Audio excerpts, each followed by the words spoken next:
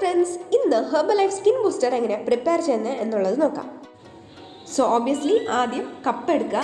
240 ml ആണ് ശരിക്കും skin booster prepare ചെയ്യാൻ എടുക്കുന്നത്. സോ അതിൽ അളവുള്ള കപ്പ് എടുക്കുക.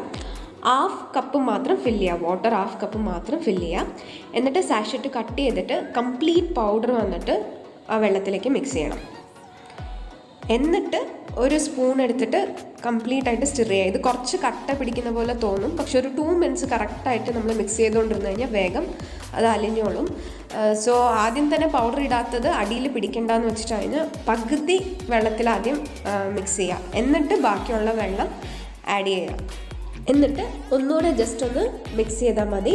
സോ കംപ്ലീറ്റ് ആയിട്ട് സ്കിൻ ബൂസ്റ്റർ കലങ്ങിയിട്ടുണ്ടാവും. ഓക്കെ, നമ്മുടെ സ്കിൻ ബൂസ്റ്റർ റെഡിയാണ്. ഇത് ഓറഞ്ച് ഫ്ലേവറിലാണ് അവൈലബിൾ.